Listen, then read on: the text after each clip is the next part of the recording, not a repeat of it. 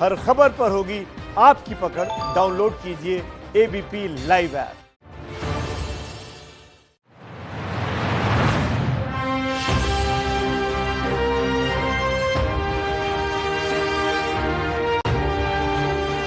नमस्कार, मैं हूं पंकज झा। बिहार में चुनाव की तारीखों का ऐलान हो गया है। एक दिन अचानक बिहार के सभी अखबारों में एक पन्ने का विज्ञापन आया और उसके बाद सब जानना चाहते हैं कि पुष्पम प्रिया चौधरी यानी पीपीसी कौन है। बिहार की राजनीति में और सोशल मीडिया पर लोग उन्हें मिस्ट्री गर्ल के तौर पर भी जानते हैं। हमारे साथ आज पुष्पम है। स्वागत है आपका एबीपी न्यूज पे। ये बड़ा मिस्ट्री वाला एंगल चल रहा है आपके साथ, आप भी इस बात को जानती होंगी। कैसे हो गया ये सब अचानक, या आप सोची समझी आपकी रणनीति थी, आपको राजनीति में ही आना था? जैसा मुझे बताया गया है, पता चला है कि पुणे से लंदन, लंदन से फिर बिहार।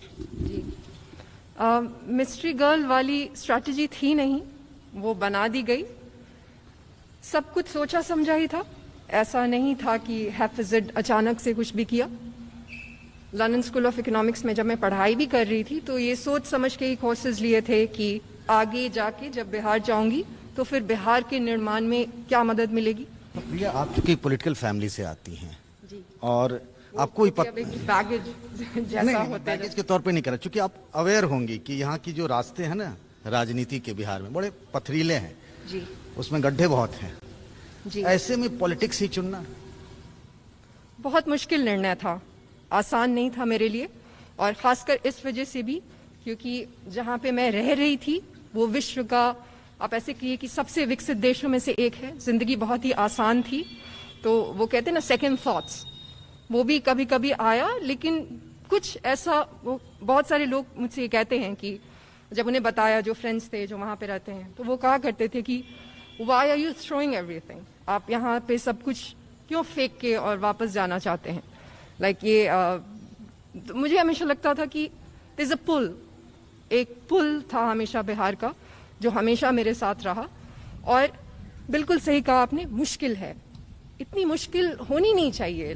डेमोक्रेसी में कोई भी व्यक्ति अगर राजनीति में आना चाहता है कुछ बदलने के लिए तो उसको बहुत आसानी से आने देने का सिस्टम होना चाहिए। लेकिन पर ये जो है ना बिहार की राजनीति, आप जानती भी हैं, सब जानते हैं। यहाँ पर आपने एक नई पार्टी बना दी, प्लूरल्स, वो नाम भी बहुत सारे लोगों को पता भी नहीं होगा। उसके बाद ये है कि यहाँ जाति और बिरादरी की राजनीति होती रही है। हर पार्टी का अपना एक सामाजिक आधार है, अपना एक जातिगत आधार। आप इन सब खांचे को तोड़ना चाहती हैं, कैसे टूट पाएगा ये? मैंने अपना शोध वहाँ पे, जब आप मास्टर्स करते हैं तो आपको डिसर्टेशन लिखना, यहाँ भी लिखना पड़ता है, वहाँ भी लिखना पड़ता है। और जो शोध मैंने किया था वहाँ पे, जो डिसर्टेशन लिखा था, वो बिहार में वोटिंग पैटर्न्स क्यों हैं उसी पे लिखा था। और यहाँ पे प्राइमरी रिसर्च किया था, लोगों से बात की थी। अगर आप बहुत ही माइन्यूटली उस चीज को देखेंगे, अगर आप उसका माइक्रो एनालिसिस करेंगे, तो जितनी भी पार्टीज हैं वो इसी सोच पे बेस्ड जातिगत राजनीति होती है। तो वो क्या करते हैं, हर जगह से जो सबसे ज्यादा नंबर होता है उस जाति का, वहां के कैंडिडेट्स को खड़े कर देते हैं। तो लोगों के पास भी कोई विकल्प नहीं होता कि वो किसी और कोई विकास की बात ही नहीं करता। अब जब चुनाव की तारीखें आ गई हैं जी, तो क्या आपकी पार्टी रजिस्टर्ड हो गई? रजिस्ट्रेशन का उनका अपना एक प्रोसेस है, उन्होंने नाम अप्रूव कर दिया है। जो भी उस प्रोसेस में टाइम लगेगा वो लगेगा। लेकिन ये भी मैं कह देना चाहती हूँ कि उस प्रोसेस की वजह से ऐसा नहीं होगा कि ये क्रांति नहीं होगी, क्योंकि हमारे लिए ये जितने भी लोग हैं जो जुड़े हुए हैं प्लूरल से, जिन्होंने अपना सब, आई एम नॉट अलोन, मैं अकेले नहीं हूँ, बहुत लोगों ने अपना सब कुछ छोड़ दिया है। ये जो हर पार्टी का अपना चुनाव निशान होता है, उससे बड़ा इमोशनल अटैचमेंट होता है। कहीं लालटेन है, कहीं तीर है, कहीं कमल है। आपके जहन में भी कोई चुनाव सिंबल है? सिंबल है, लेकिन आई थिंक वो जब मिल जाएगा तो उसके बारे में बात करेंगे। मुझे लगता है अटैचमेंट जो है वो लोगों को, जो प्लूरल्स की सोच है, अब उससे हो गया है, आइडियोलॉजी से अटैचमेंट हो गया है कि हाँ हमें बदलना चाहिए क्योंकि हमारा बदलने का अधिकार है। इस तरह की नारकीय हालत हम डिजर्व नहीं करते कि थोड़ा सा भी बारिश हो तो जल जमाव हो जाए और फ्लड जैसा सिचुएशन। इसके लिए तो आपको सत्ता चाहिए, और सत्ता के लिए जैसा आपने कहा कि मुख्यमंत्री बनना है, तो मुख्यमंत्री बनना है तो आपको चुनाव भी लड़ना होगा, विधायक भी बनना होगा। तो लोग ये जानना चाहते हैं कि प्रिया पुष्पम कहाँ से चुनाव लड़ेंगी, किस सीट से चुनाव लड़ेंगी? इसमें दो चीजें हैं जो मैं बोलना चाहूंगी। पहली चीज ये है कि हर पार्टी ने अपना एक मुख्यमंत्री उम्मीदवार घोषित किया है, सिर्फ प्लूरल्स ने घोषित नहीं किया है, एनडीए ने भी घोषित किया है। चुनाव अभी हुए नहीं है, विधायक अभी वहां पे बैठे नहीं है, फिर भी नीतीश जी को घोषित किया गया है। और राजद ने भी, महागठबंधन जो भी कह लीजिए, उन्होंने भी अपना एक कैंडिडेट घोषित किया है। उसी तरीके से प्लूरल्स ने भी अपना कैंडिडेट घोषित किया है। हम भी वैसे ही चुनाव लड़ेंगे जैसे बाकी लोग लड़ेंगे। किसी पार्टी के मुख्यमंत्री उम्मीदवार ने अभी तक ये डिक्लेयर नहीं किया है कि वो कहां से चुनाव लड़ेंगे।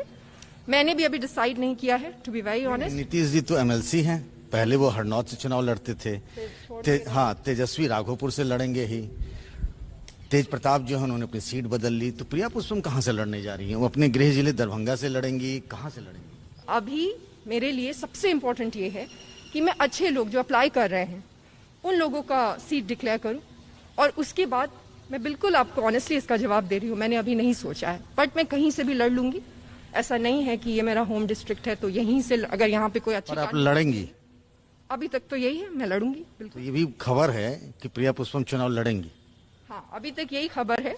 और लेकिन पहला जो इम्पोर्टेंट काम है वो ये है कि हर जगह से अच्छे लोगों को खड़ा करना। अच्छा, बिहार में जो पॉलिटिकल स्पेस है उसमें अगर आप देखिए, एक नीतीश कुमार का चेहरा है, तेजस्वी हैं, मैं दो बड़े चेहरों की अगर बात कर रहा हूं, तो आप इसमें विलन नंबर 1 किसे मानती हैं? नीतीश जी की जहां तक बात है, गुड गवर्नेंस का उनका सबसे बड़ा जो नारा है, जिस पे कि वो कहते हैं कि वो विकास पुरुष हैं। गुड गवर्नेंस में 8 पैरामीटर्स हैं, बाकी सारे छोड़ दीजिए। 3 पैरामीटर्स जो हैं उसमें पहला है अकाउंटेबल, मतलब अकाउंटेबिलिटी होनी चाहिए, दूसरा है रिस्पॉन्सिवनेस होना चाहिए, और तीसरा एफिशिएंट और इफेक्टिव होना चाहिए। तीनों ही पैरामीटर्स पे ही हैज फेल्ड। ही मतलब हिज गवर्नमेंट हैज फेल्ड। तो ये अब लोगों को डिसाइड करना है कि वो उनको विलन मानती। विलन इज अ वेरी, हमें किसी को डीमोनाइज नहीं करना चाहिए, इट्स अ बिग वर्ड, लेकिन हाँ, ही हैज फेल्ड।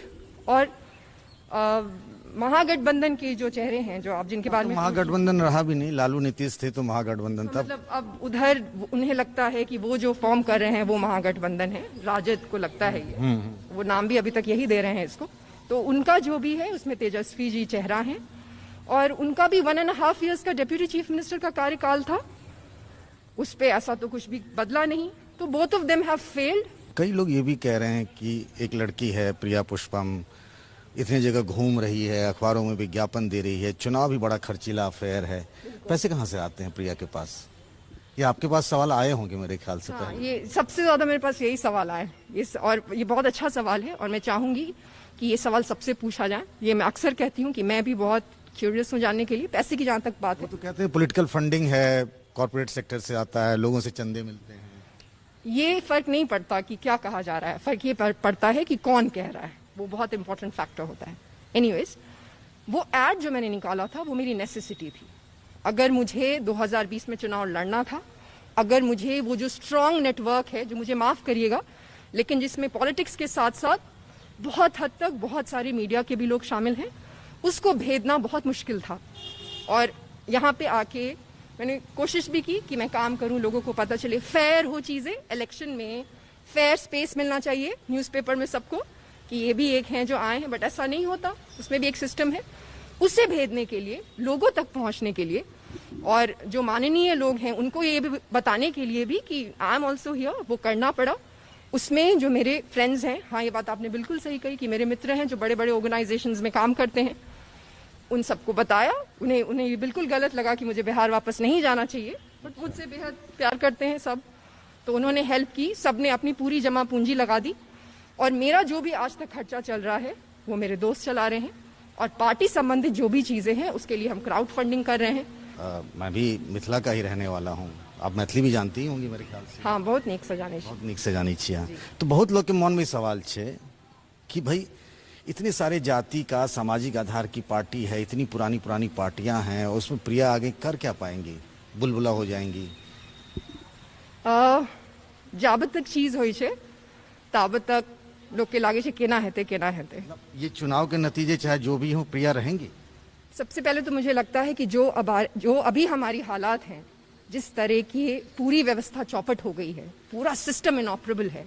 आप जब गांव में जाएंगे और लोगों की समस्या, पानी नहीं है, पीने के लिए पानी नहीं है, नल जल योजना में नल लग गया है लेकिन उसमें पानी आया ही नहीं, ऐसी प्रॉब्लम्स हैं। उसमें मुझे ये नहीं समझ में आता कि कोई भी व्यक्ति इन प्रॉब्लम्स को भूल के जब उस रास्ते से जाएगा जो चलने के लिए भी रास्ता सही नहीं है और उसको मेरे बारे में पता होगा, तो मुझे ये नहीं लगता कि वो किसी और को वोट करेगा। तो मैं ये बिल्कुल नहीं सोचती कि चुनाव के नतीजे खराब होंगे, और ये मुझसे ज्यादा एक बिहार का भी टेस्ट है। जी, मैं जब भी देखा हूँ आपके सोशल मीडिया में वीडियो देखे, बहुत सारे आपके पोस्ट्स देखे, हमेशा ब्लैक में दिखी। तो कोई खास वजह ब्लैक से ज्यादा लगाओ? क्योंकि ब्लैक को ना आदमी, आपने सुना होगा, काले झंडे दिखा दिए, ये विरोध के लिए कलर आपने चुना? ऐसा कुछ भी स्पेसिफिक नहीं है। इस पे मेरा एक बहुत ही स्टैंडर्ड सा वो जवाब है कि सभी लोग वाइट क्यों चुनते हैं। मैं वो जानना, कदरदारी नेता का एक हो गया ना, वो आजादी के वक्त से तो चल रहा है। कॉलिंग थी ना, आजादी के वक्त में तो कॉलिंग थी लोगों की कि हम उसका एक रीजन था, वो भी पता है आपको, कि हमें वहां की चीजें नहीं चाहिए थी एंड ऑल ऑफ दैट। और उस वक्त में भी ऐसे अम्बेडकर से थे जिन्होंने प्रोटेस्ट के लिए नहीं पहना, सूट ही पहना, फिर भी हमारे देश की तो मैं उसी प्रोटेस्ट की बात कर रहा हूँ। नहीं, फिर भी वो हमारे देश की सारी समस्याएं जानते थे और संविधान भी बनाया। मैं चाहूंगी कि माननीय मुख्यमंत्री जवाब दे कि वो क्यों व्हाइट पहनते हैं हमेशा हर जगह, हर पब्लिक अपीयरेंस में। फिर इस पे बात करें। संविधान में कोई ड्रेस कोड नहीं है, ये भी मैं बार बार कहती हूँ, तो यही है और कोई रीजन नहीं है। आपका ये जानबूझ के गेम प्लान तो नहीं है कि आप नीतीश कुमार के खिलाफ बोलती हैं ताकि नीतीश कुमार जवाब दें और फिर चले, उनको आप अपने टर्फ पे लाना चाहती हैं? नीतीश जी के अलावा, माननीय मुख्यमंत्री के अलावा, मुझे ऐसा नहीं लगता है कि मैं कभी किसी और के बारे में बोलूंगी। वो सरकार है, पार्टीज जो होती हैं, चाहे वो नई हो या पुरानी, उन्हें सरकार के बारे में बोलना चाहिए, राइट। और अगर इस सरकार में कॉन्सेंट्रेशन ऑफ पावर ज्यादा नहीं होता, अभी तो पूरा पावर जो है वो एक अन्य मार्ग में कॉन्सेंट्रेटेड है, तो मैं बोलती हूँ सरकार के बारे में, और इसीलिए नीतीश जी का या माननीय मुख्यमंत्री का नाम आता है बार बार, पर वो सरकार है इसलिए मैं उनके बारे में बोलती हूँ, और कुछ नहीं है कि वो कुछ जवाब दें और कुछ टफ है, नथिंग लाइक दैट। अकेले चुनाव लड़ेंगी, किसी गठबंधन में नहीं जाएंगी? कोई ऐसी बातचीत, कोई ऐसा प्रस्ताव? बिल्कुल भी नहीं। आपको ये भी बता दूं कि शुरू में जब मैं यहाँ आई थी, मैं किसी का नाम नहीं लेना चाहती, बट बहुत सारी पार्टीज ने अप्रोच भी किया था, लेकिन ये पार्टी ही प्लूरल्स खुली ही इस वजह से है, बनाई ही इस वजह से गई है क्योंकि हम इन सारी चीजों का विरोध कर रहे हैं। प्रिया के साथ हमने बातचीत की, और प्रिया इन दिनों दरभंगा में है, पिछले 2-3 दिनों से डेरा डाल रखा है इन्होंने यहाँ पे, ये उनका गृह जिला भी है। और प्रिया आई है बिहार की राजनीति में एक नई सोच के साथ, और लोगों की दिलचस्पी है, लेकिन बिहार की राजनीति बड़ी पथरीली रास्तों से गुजरती है।